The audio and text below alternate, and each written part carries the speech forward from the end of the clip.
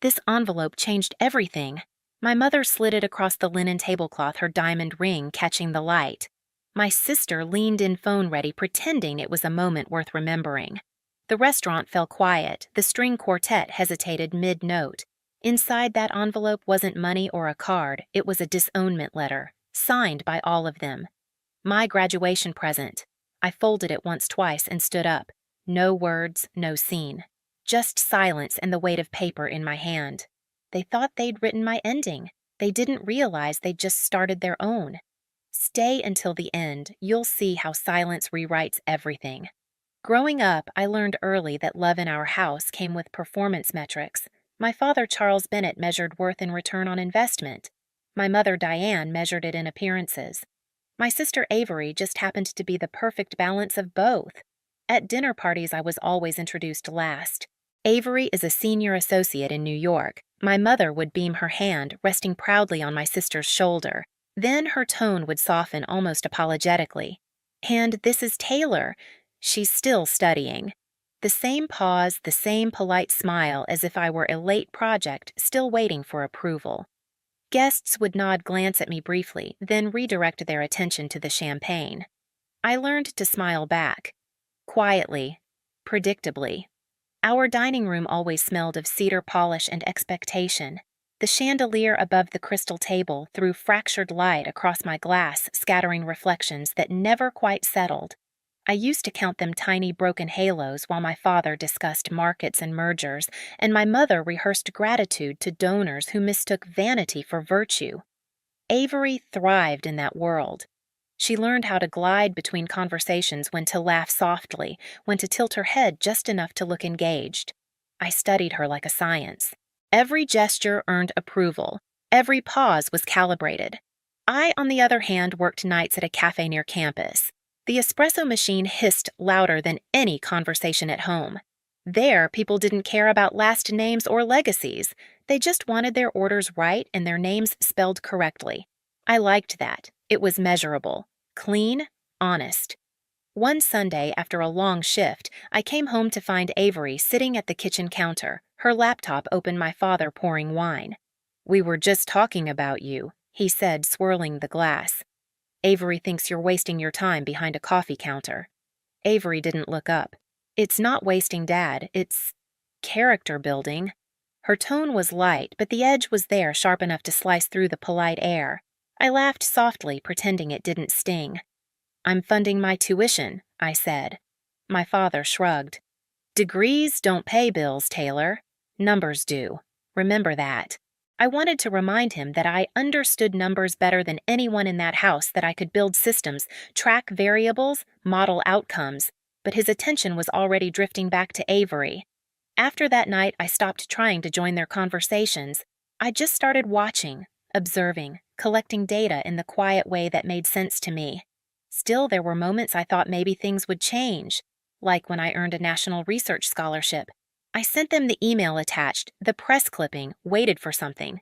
My mother replied 6 hours later.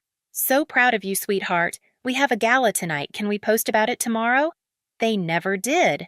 That was the day I understood something simple but permanent in my family: attention was a currency, and I was always the unpaid intern in their empire. I remember the sound of the crystal glasses that night, how they clinked perfectly in rhythm, as if the house itself celebrated my invisibility. That was the night I learned my place in this family, somewhere between silence and proof. 2 days before graduation, a message arrived in the family group chat, a reservation link, Maison Lumière, the same restaurant my mother booked for every milestone that wasn't mine. The message was simple: pre-graduation dinner for Taylor.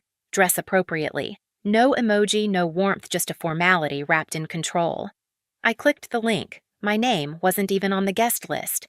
The host greeting read, "The Bennett family, Charles, Diane, Avery."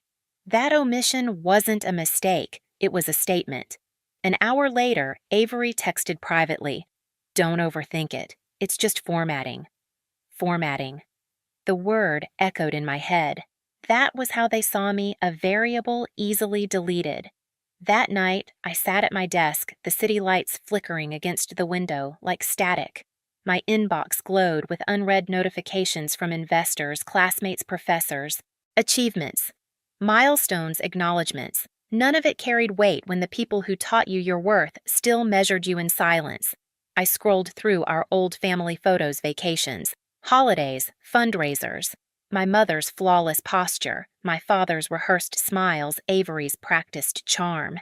And me, always at the edge of the frame, half lit, half seen. It wasn't new. It was just the first time I saw it without hope. The next morning, I received an email from the university confirming my speech slot at the commencement ceremony. My mentor, Dr. Alvarez, had nominated me for the Young Leader in Technology Award.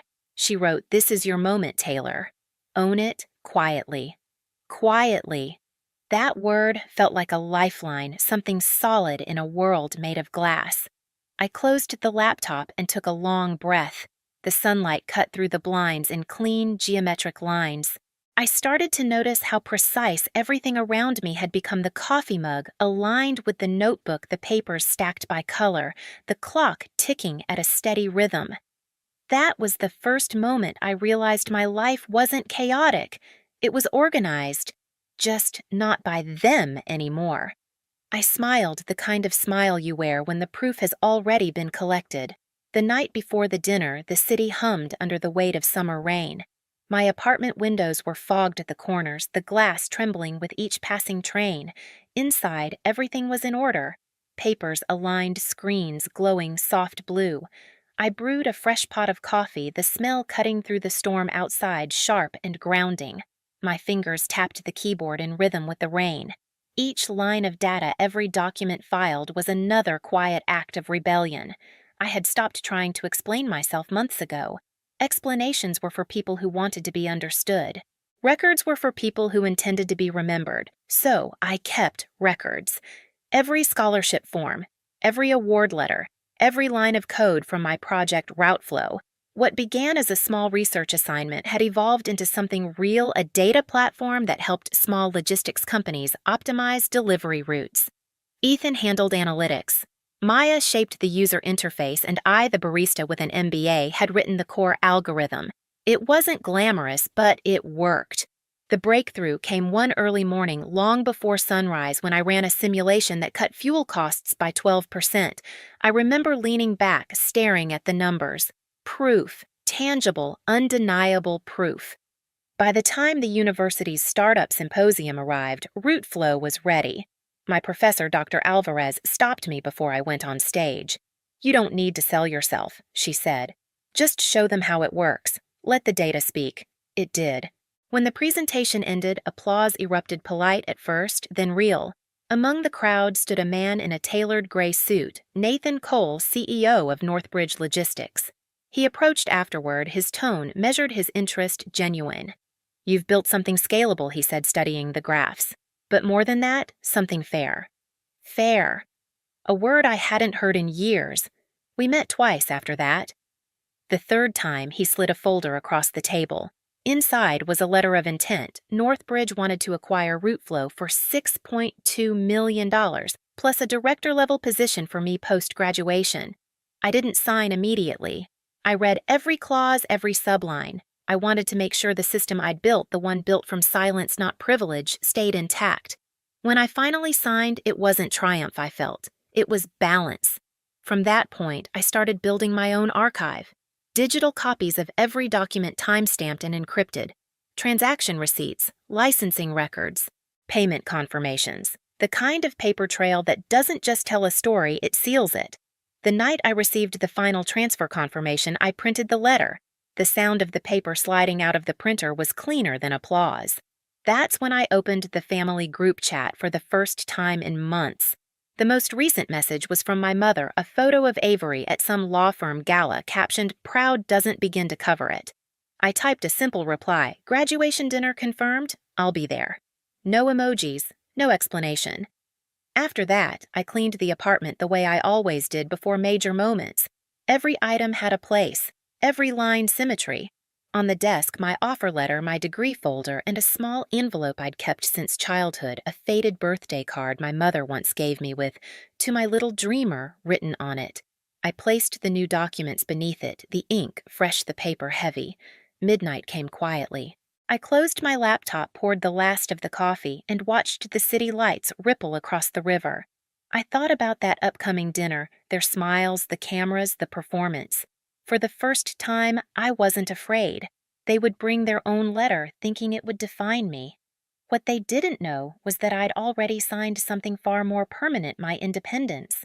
I fell asleep with that thought. The rain had stopped. The silence that followed felt almost ceremonial. The next morning, I woke before sunrise. The first light caught the corner of the desk, gleaming off the silver clip holding the contracts together. I touched the paper, lightly grounding myself. I didn't dress for them. I dressed for records, clean blazer-tied hair, neutral tones. The kind of look that doesn't beg to be seen but demands to be remembered. Before leaving, I aligned my coffee cup next to the laptop exactly 1 inch from the edge. Habit order proof. I locked the door behind me.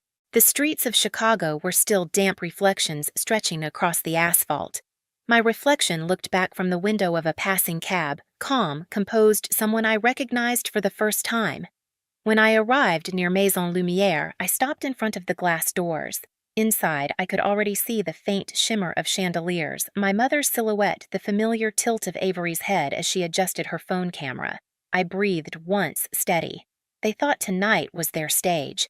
They had no idea the script had already been rewritten, signed, sealed, time-stamped. This time, I wasn't walking into their performance. I was walking into proof. The hostess smiled when she saw me. "Bennett party?" she asked. Her tone was professional, but I caught the flicker of surprise when she realized my name wasn't on the reservation list. I nodded anyway. "Yes," I said. "They're expecting me." Inside, the air smelled of truffle butter and expensive indifference. My family occupied the corner table under a halo of chandelier light. My mother waved as if this were a reunion, not an execution. Avery lifted her phone slightly, framing the shot. "Taylor, darling." My mother said, her voice dipped in sugar. "We have something special for you." A server appeared, setting a pristine white envelope by my plate.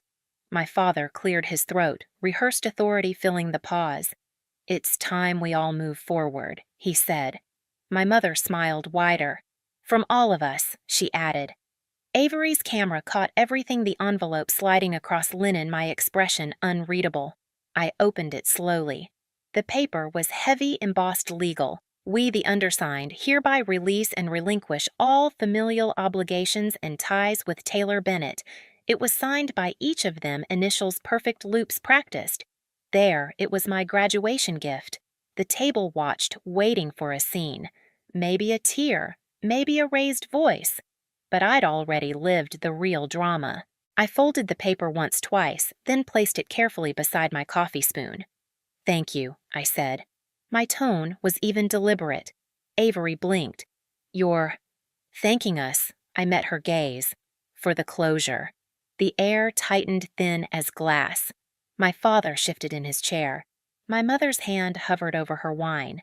Avery lowered her phone, just slightly unsure what she was filming anymore. "Taylor," my mother said softly, "you don't have to make this harder." But I was already reaching into my bag. I pulled out a folder the same neutral gray as the suit Nathan had worn the day he handed me the contract.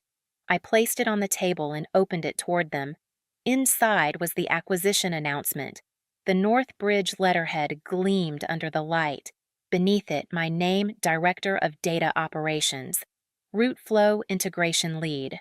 For a moment, no one spoke. The quartet in the background shifted songs, unaware they were scoring a funeral. Avery leaned forward, reading faster. "This is yours." "Yes." My father frowned, the kind he reserved for bad investments. "You sold it, I built it." "Then I sold it," I said quietly. "The deal closed last week." My mother tried to recover her composure. "We didn't know." "I know," I said. It was the first time I'd ever seen my mother truly speechless. Avery's phone was still in her hand, but the red light was off now. My father reached for his wine glass, but his grip trembled slightly enough for the stem to click against the marble. I didn't raise my voice. I didn't smile. I simply stood. "You can keep the letter," I said, sliding their disownment papers back across the table. "I already have my own." The irony landed quietly, perfectly. Behind me, I heard Avery whisper something, maybe a plea, maybe a curse, but I didn't turn back.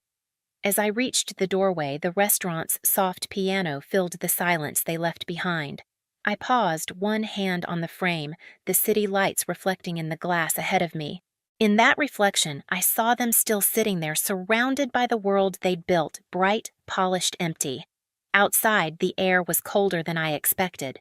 It smelled like rain and freedom. I checked my phone, new messages from Northbridge, notifications from press outlets already picking up the acquisition. Proof, all time-stamped. The envelope in my hand felt lighter now, just paper and ink, nothing more. They had given me their silence years ago. Tonight, I returned it perfected. The night air off Lake Michigan felt sharper than usual, clean enough to rinse everything that clung to me from inside that restaurant.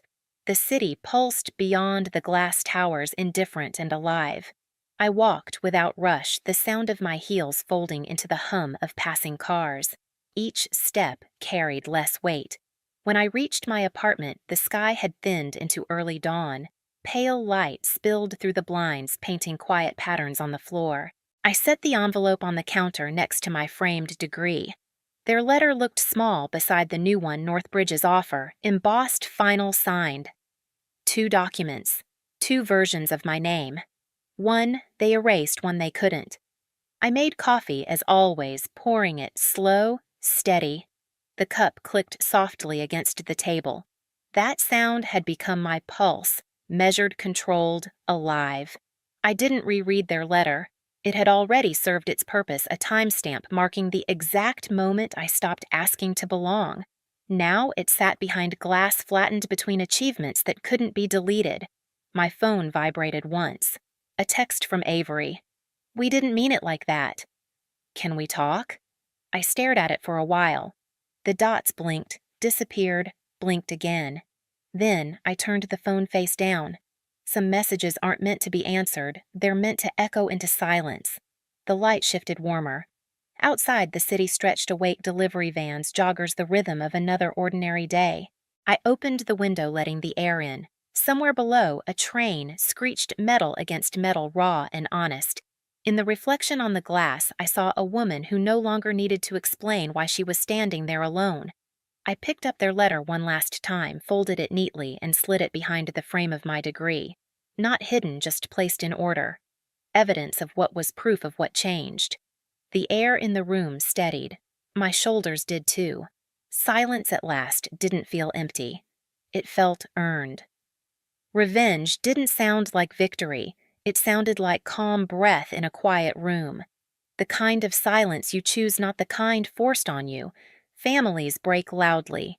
Peace rebuilds quietly. They wrote me out of their story, but I became the footnote they'll never erase. Some stories don't end with forgiveness, they end with clarity. If you've ever been the quiet one in the room, the one everyone underestimated, this one's for you. Watch till the end, because sometimes silence isn't surrender, it's strategy. And the calm that follows, that's what real freedom sounds like.